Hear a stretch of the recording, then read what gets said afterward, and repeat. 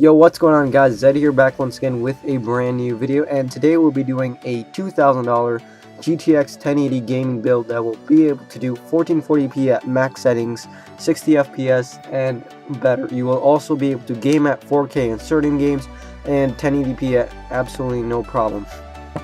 So we're just going to jump straight into this build and not waste any time. Kicking the CPU off, we have the Intel Core i7-6800K, a 3.4 GHz 6-core processor.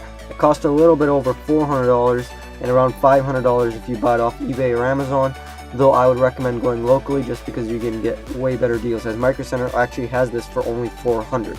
Now the thing is, I chose the i7-6800K not only because it's on the X99 platform, but also because it's a hexa-core processor. And mainly when you're opting for a very expensive build, you also want to opt for a very good processor. That way, that in the future you can not only have better performance in 4K, but you can also edit and render and upload these videos and do CAD work as well. Moving down to CPU cooler, we have the Be Quiet Dark Rock 3, a 67.8 CFM fluid dynamic bearing CPU cooler, which cost around $65. I opted for an air cooler over a liquid cooler just because this is probably one of the nicest looking coolers out there, and it also performs really well at keeping it below 60 degrees Celsius. You can also overclock with it, and usually air coolers will last far longer than CPU coolers, as there's a lot less things that can go wrong.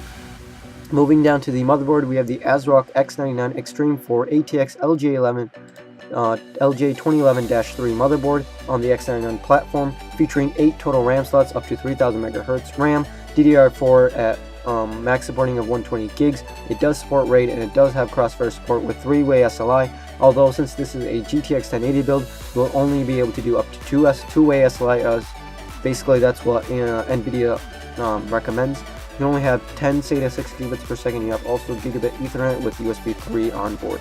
Memory, we have the CORSAIR Vengeance LPX 16 gig kit. We have 2 of them, giving us 32 gigs, which is plenty for video editing and that sort of thing. But if you don't want to video edit, you can always opt down for only 16 gigs, as this is a GTX 1080 build and more games are requiring more and more RAM. I would highly recommend going for 16 gigs over 8 gigs, especially since you're dropping $2,000 on a computer already.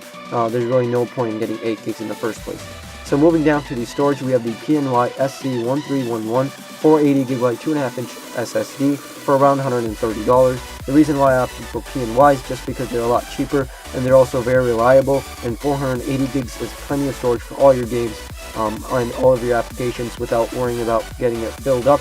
You can always move stuff over to the SEAGATE BARRACUDA 3TB drive if you really do end up taking up all that 480 gig storage. And I would mainly use this 3TB hard drive as a media drive for all your extra files and for games that you don't really need that extremely fast boot time. Moving down to the video card, we have the ZOTAC GeForce GTX 1080 8GB Founders Edition. Although now that there's a lot more different type of cards out there with different custom coolers, I would opt for maybe a MSI GTX 1080 or one of ZOTAC's AMP Edition GTX 1080s, or even the new A6 3.0 from EVGA. And this is a great GPU with 8 gigs of total VRAM. It's plenty for any game on the market. It will do 1080p at 60 FPS for several years to come, and it can also do 1440p at 60 FPS for several years to come, and it can also handle 4K at 1080p, at 4K at max setting 60 FPS on several titles. Some titles will need to be dropped the settings down, but it definitely can handle 4K on pretty much all current titles.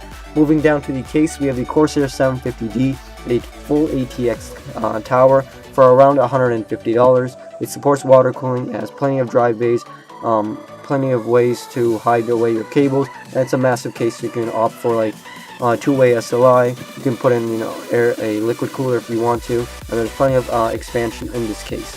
Moving down to the power supply, we have the EVGA 850 watt 80 plus gold certified fully modular ATX power supply for around $130. 850 watts is a bit overkill, especially considering the GTX 1080 only takes a single 8-pin power connector, but it's definitely enough for if you want to overclock or if you want to opt for a second GTX 1080. It is gold certified, meaning it's extremely efficient, and is also fully modular, so you can hide away all the cables that you don't really want to use. And that's about it, guys. Thanks for watching. I'll see you guys in the next one. Peace.